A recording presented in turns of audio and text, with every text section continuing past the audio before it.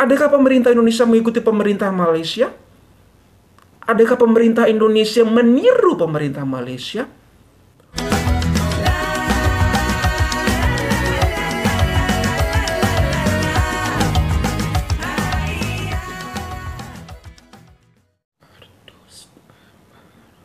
Oh, sudah mulai. Oke. Hi guys, welcome back again to my channel, and this is About Sastra. Yeay! Tepukan yang gemuruh. Okay guys, thank you so much for clicking this video to stop by to watch me, and today I'm going to have another reactions video. Yes, as always. Okay guys, sorry tadi aku lagi mendengarkan lagu favorit aku nggak sadar kalau videonya sudah dimulai. Nah, ngomong-ngomong tentang lagu favorit, boleh dong kalian bagi ke aku, bagi tahu, or let me know what's your favorite song. Type in the chat box ya.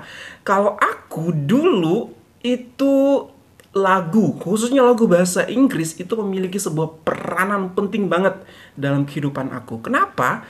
Karena ketika aku kecil, aku belajar bahasa Inggris itu dari lagu. Yes, I learn English from Westlife song, from Backstreet Boys song, from NSYNC song. Kalau kalian familiar dengan boyband tersebut, ada yang tahu nggak Westlife siapa?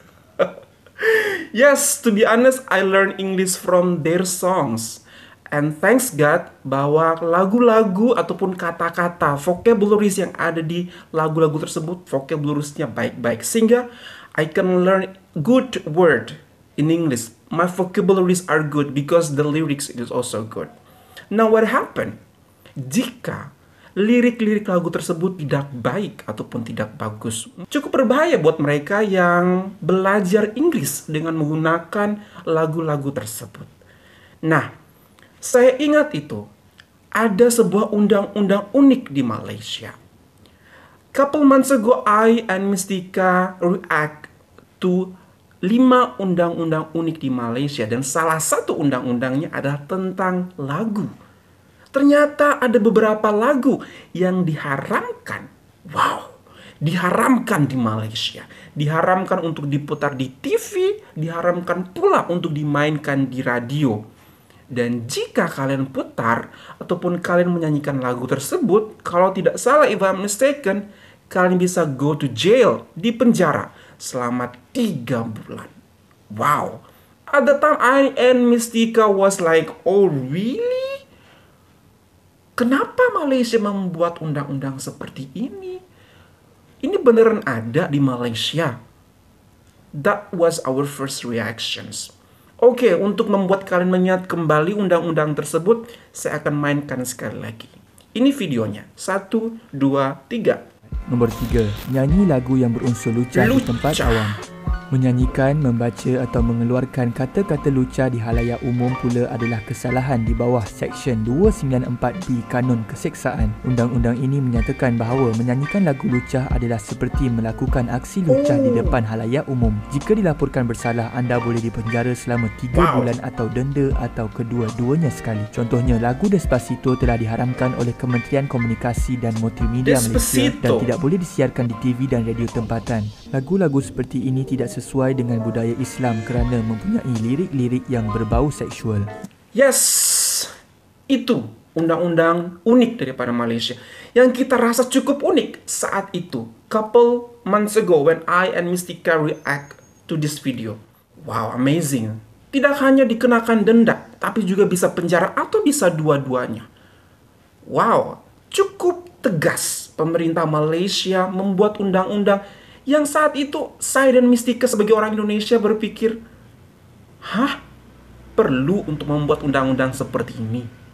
Dan surprisingly to know, beberapa minggu terakhir ini, sebuah fatwa, sebuah keputusan daripada Komisi Penyiaran Indonesia KPI mengumumkan bahwasannya terdapat 42 lagu dari barat atau international songs yang di-banned, yang tidak boleh diputar. Boleh diputar sih, tapi hanya dibatasi mulai dari jam 10 malam sampai dengan jam 3 atau jam 5 pagi. Wow. And suddenly I contact Mystika. Mystika, look at this. ternyata aturan ini pun mulai diberlakukan di Indonesia. Adakah pemerintah Indonesia mengikuti pemerintah Malaysia? Adakah pemerintah Indonesia meniru pemerintah Malaysia? Untuk saya personally, kalau untuk kebaikan, kenapa tidak? Kalau untuk kemaslahatan atau kebaikan umat banyak, kenapa tidak?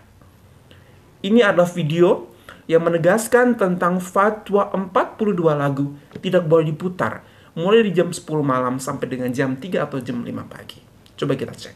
1, 2, 3. Pemirsa, mungkin sudah Anda dengar dalam kurang lebih 3 hari terakhir bahwa Komisi Penyiaran Indonesia menerbitkan surat edaran yang melarang pemutaran 42 lagu sebelum pukul 22.00 waktu Indonesia Barat atau pukul 10 malam. Ya, dari daftar lagu tersebut diantaranya ada lagu dari Justin Bieber, Ariana Grande, dan juga Bruno Mars. Aturan ini mengacu pada surat edaran KPI Pusat yang disebar kepada Persatuan Radio Siaran Swasta Nasional Indonesia atau PRSSNI. Ya, KPI Pusat mengaku mendapat banyak masukan dari sejumlah warga yang khawatir. Masukan dari sejumlah warga yang khawatir dengan lirik lagu. Asalkan melalui proses editing terlebih dahulu. Namun sejumlah radio luput untuk mengedit lagu sebelum disiarkan.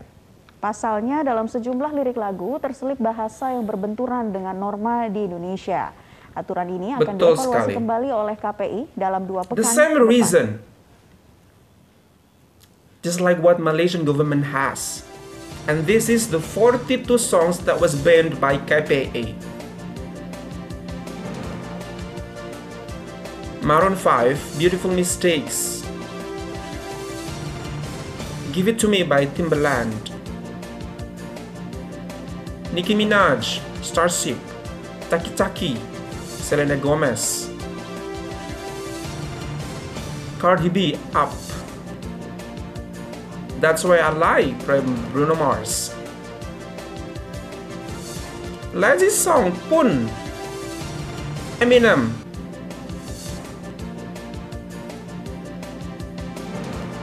Dua Lipa, Miss Missy Elliott. Lock Out of Heaven by Bruno Mars termasuk di dalam lagu yang di-ban oleh Komisi Penyiaran Indonesia. Oke guys. Selain ingin mereaksikan video, aku juga ingin open discussion di sini sama kalian semua. Bagaimana menurut kalian? Kalian apakah berada di pro side ataupun ada di kontra side daripada keputusan ini? Ternyata pemerintah Indonesia akhirnya pun mengambil keputusan yang sama seperti yang pemerintah Malaysia lakukan. Kalau saya sih nggak masalah sih jika Indonesia juga akhirnya meniru ataupun mengikuti. Entah meniru atau mengikuti aku tidak tahu. Tapi yang jelas Malaysia sudah jauh lebih dulu memikirkan hal ini dibanding pemerintah Indonesia.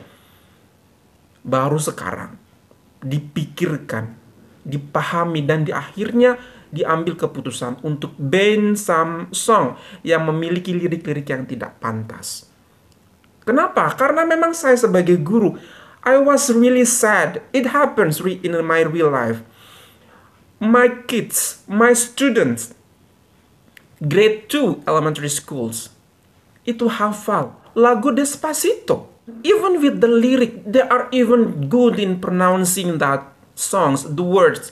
I was so surprised. And then sedih sekali jika mereka sebenarnya tahu apa lirik daripada lagu tersebut.